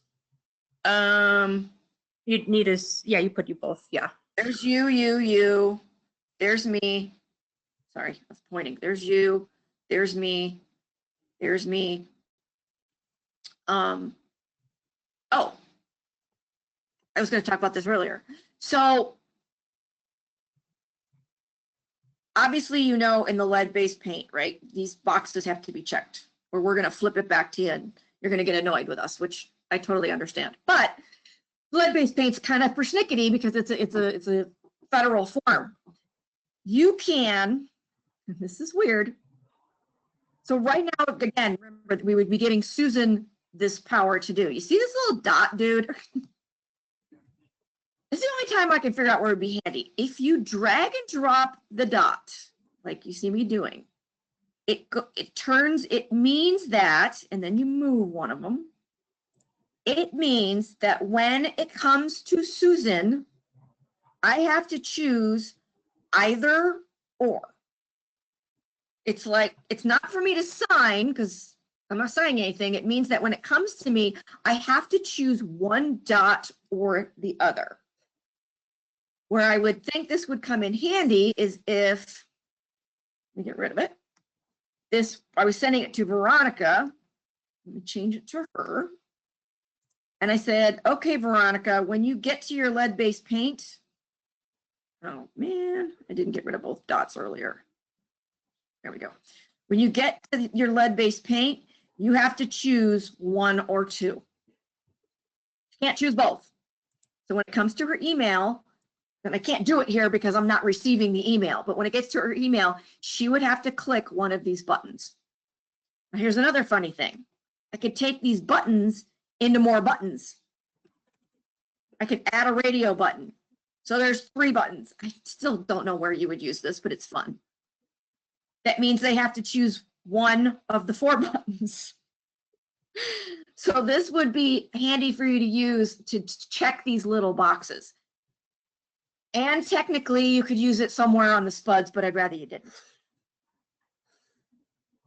That makes sense?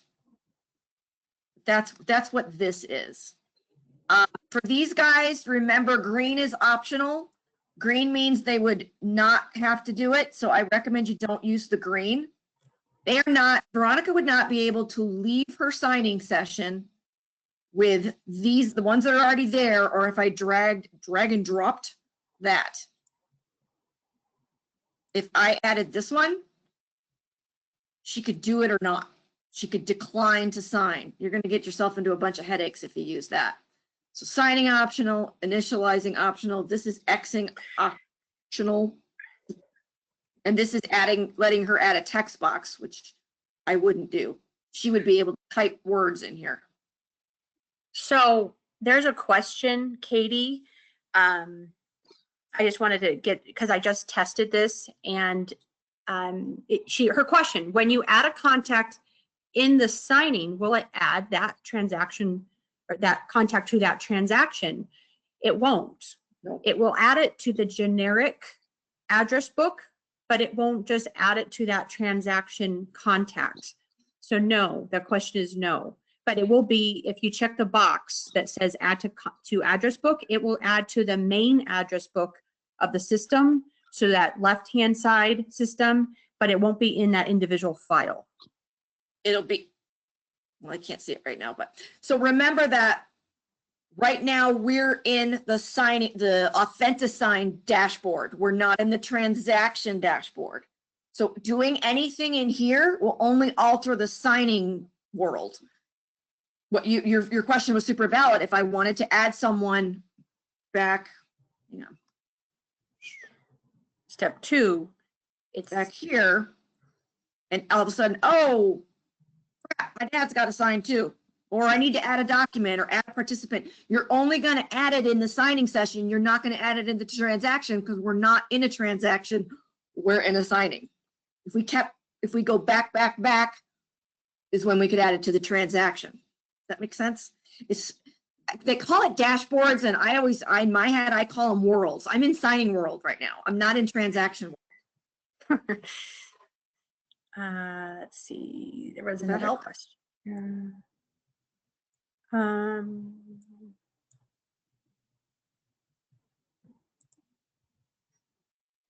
Oh, Winston, you asked, or how do we say that? It's Young. I always want to say Winston first. It's Young. Young. If I forgot to ask clients, you're signing on documents after client signed documents, how could you send it out again? So I think I understand. I think what the question is I went and got it signed, and they missed, and then I missed something, and I still need to go send it back out to them. So you're going to receive it signed, and you can create a signing session through AuthentiSign. On the left-hand side, you use that pen, because you don't necessarily need to be within a file folder at that moment. So you can send a signing out to anybody with any signed document or anything you want to upload. So you don't have to use AuthentiSign within a transaction. You can just do a signing session. And I hope that clarifies that. So you would find the document in your, or let's say it's one document that came in. So you open that file up. So you're in there, you go to documents, because that's where, when it's done signing, all signed documents go in. You can open that one document, and it actually at the very top, when it's open, gives you an option to go sign, and you can start a signing session right there. So if let me know if that answers that. Basically saying the same thing in different words. She's 100% right. Remember, all your clients signed everything because you did it, and it comes back to you, and you're looking at it inside a transaction desk now. You're looking at it, and you're going, oh, damn it, I needed this. I wanted to have them sign the front page of that page 1 of the purchase contract that just has those bullet points on there. It's going to be there. You just take that and take that one document and make a new signing session and pop it back out to them. It's not, because everything the signers sign don't just come back to you in an email. They come back into transaction desk, in the transaction, all broken apart. They're going to be back in here. And that's where why I use the word worlds. So they go out in an Authentisign session, they come back into your transaction world. Because there's the transaction world, there's the signing world, there's the contacts world. It's getting all those to connect. I think that where a lot of the user error comes in, because they think that, say they're in eSign and they're adding a contact in eSign. They think that contact should be added to the transaction. It won't be, because you're not in the transaction world adding the contact. You're adding the contact to the eSign. That make sense? What do you got down there? Anything?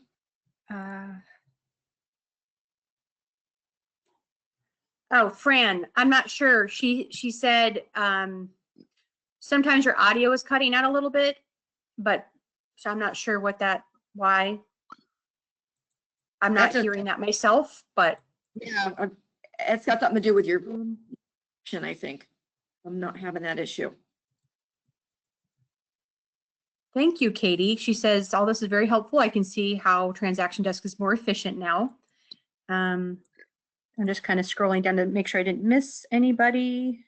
Tammy had. Go ahead. I was going to say, Tammy had a question here. I was saving it because it was kind of, it was not related to what we were talking about. Would we be able to go ahead and have the seller sign the pool safety notice at this time? You could have, because it was in your document. So you would just add that document. And yeah, but we were trying to focus on, let's pretend this was a listing file. So we were just adding it like that, because that pool safety notice really goes, it's an item listed in the purchase contract. So that would really go to your buyer. So we were just showing that that could be uploaded, and she had that as one of her templates. So in this template, it's not you would probably put it in your buyer template, but we were just showing example of, you can pull in a document that you want to have in there, and different brokers have different documents that are outside of AAR forms. So like for West USA, they have what is it, I'm going to say it wrong now, 106R. I should know these. I don't, honestly. I'm like, which one is it? I have it down here, but I can't get it. It's underneath the computer. So like that is a disclosure that we want you to use, or a buyer advisory. So you could upload that if you wanted to a template and already have it in your buyer template. So that's kind of, I hope that helps with answering that part of it, but yeah, you could.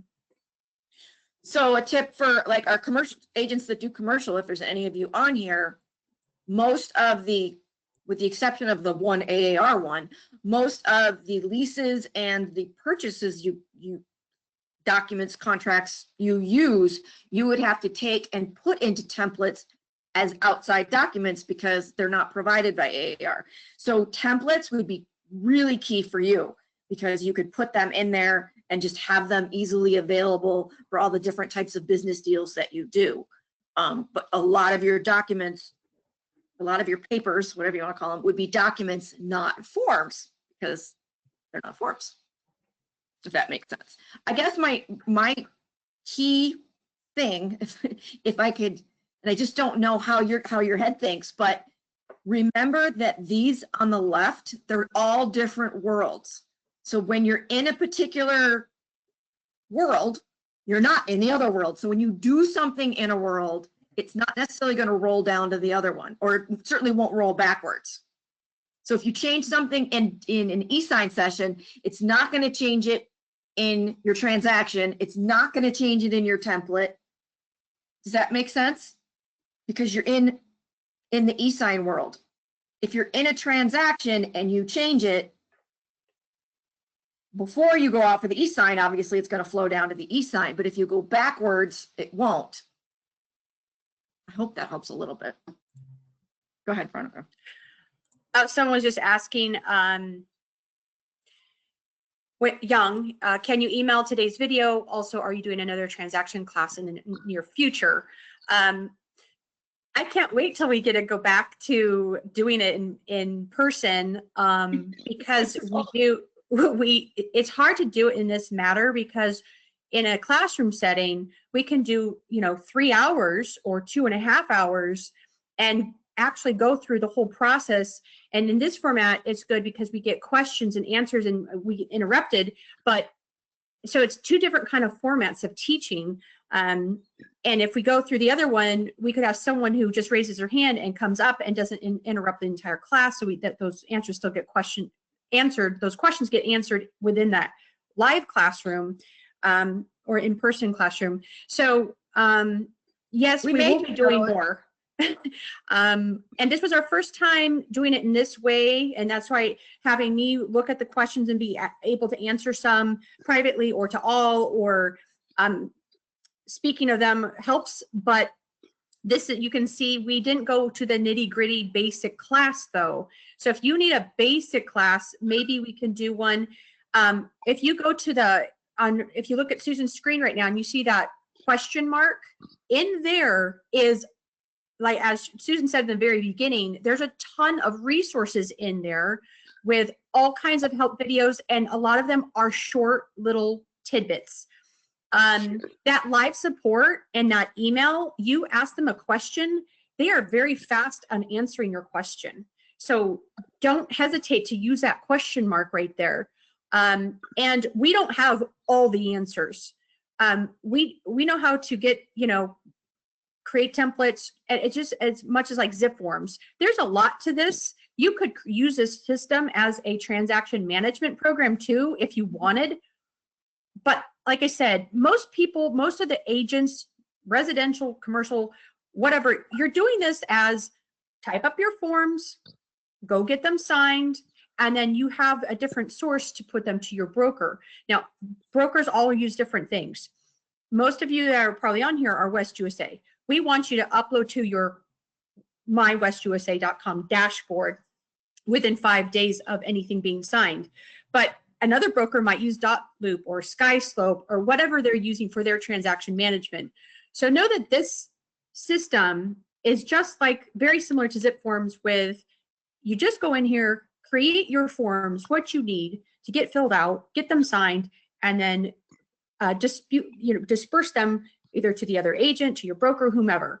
So you can use this as a much more robust program, but it depends on what you want to do in your business.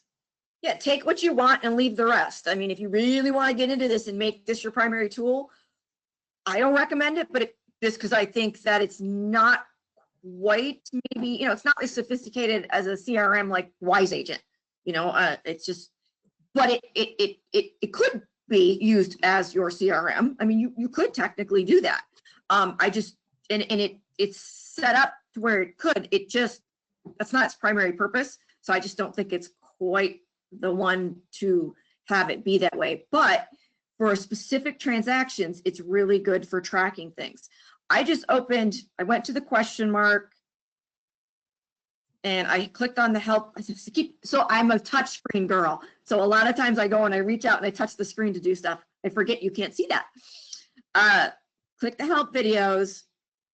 Click just the Authenticign, the little 26 next to Authenticign, and look at all the little, because I think Authenticign is where people get messed up the most. I mean, it's great. Look at how to upload a final document, sort the signings, markup tool, how to, where was it? Resend a final document, change a participant's email when the signing is in process. Those are very specific little things that just watching this, it'll be like that. There's even, and I haven't done it, but I know it's in there. If your client happens to be of the very careful type, which is not a bad thing, you can assign them passwords to get into their signing sessions. I think they're 3 or 4 digits. I forget. 4? 3 or 4 digits. The only way for them to get those 3 or 4 digits is for you to give it to them. You either have to text it to them, call it to them, email it to them from outside of this for them to get into a signing session. So there's very secure things for people who just may be like that. Say, hey, I'm in a divorce, I'm concerned that my spouse is hacking my stuff or whatever, you can give them an extra layer of security. So literally they can't open something. Nothing on their side can be opened without you giving them a specific code. And that code changes for every single thing. There's super cool tools in here. Katie just asked another question, and I think you're pertaining to this, and I mentioned it earlier, but we didn't really show it. So Susan, can you go back into, on the left-hand side, the pen, or I'm sorry, what am I saying? The home button, the house, Home. the home, and go into a transaction that you have going, whether it, Hannah's condo listing. Just click on the, yeah. So we're inside that one. That, if you go to that envelope at the top and click on it, this email address is specific to this transaction file. Only. This file. So this is where I was mentioning, like, let's say there's a document in your email and you want to get it in here and you don't really want to do upload, download, or whatever. You can go to your email. So copy this address, go to the email, forward, send it to this email, and then it will end up that all those attachments will end up in your documents in that specific file. Now, keep in mind, let's say someone has, like in my signature, I have a picture. So some people have a lot of pictures in their signature. So it will download anything that's attached to that email. So sometimes you'll get extra, which is probably better to have extra than not, not everything. So if you're forwarding an email to this address and it has a signature that's a picture, and then it also has the SPUDs in it, you're probably going to get a weird attachment. Just go back into documents and delete the stuff you don't need, because the program won't know what is a PDF attachment, what should go in, what shouldn't go in. So it will upload everything. But I think that's what you were asking about. And just so you know, the reason I'm not moving further with this is because I can't, I'm on my office computer. Well, I mean, it belongs to West USA and I have it here and it won't integrate with my email, my Outlook email in here. So it's just, there's a block, it's a security thing. This isn't my personal computer, which I would normally be using. So it won't allow that, but oops, hang on. Okay. I don't know if it's 12 noon now. I'm going to answer this last question from Kathy. She's asking, how do you add the signed documents back into the transaction? Or do I just put them in my desktop? They go into the document. They go back into that document. As you can see on the screen right now, on the right-hand side where it says documents, that's where they go. When after they've been signed, they go in there. So yeah, they would, if Veronica and I had already done our signings, and they would show up right here within Hannah's condo listing. And if they'd be right here. Yeah, so if you missed your email or you delete your email, you don't lose your you don't lose your signed documents. They'll be back in here. We didn't get to that point where it went out of those next. Yeah. They fly right back into here. So we've been doing this 2 hours. It's about as much as I can handle. Yeah, and I think that was, we had a lot of questions, good questions. You guys, thank you. This was, again, Veronica and I were this is brand new for both of us, and it was a brand new format for doing this at all through West USA. So you were our guinea pigs, and I appreciate your patience with us. I think we did pretty good. Oh yeah, wait. If you guys have questions, will you, you'll get an email from us with our contact information. So you can always call the office. It will go to our, our phones, or email us back, and we will continue any questions that you need that you didn't get. I would say take a bunch of classes, but play in the system. Play it, yeah. Yeah, and definitely, we'll, I don't know if this was recorded or not. I'm assuming it was. I believe it is. Yeah, and we'll talk to Nick about doing something else and making this like a regular thing. Okay. Thank you. Bye. Bye.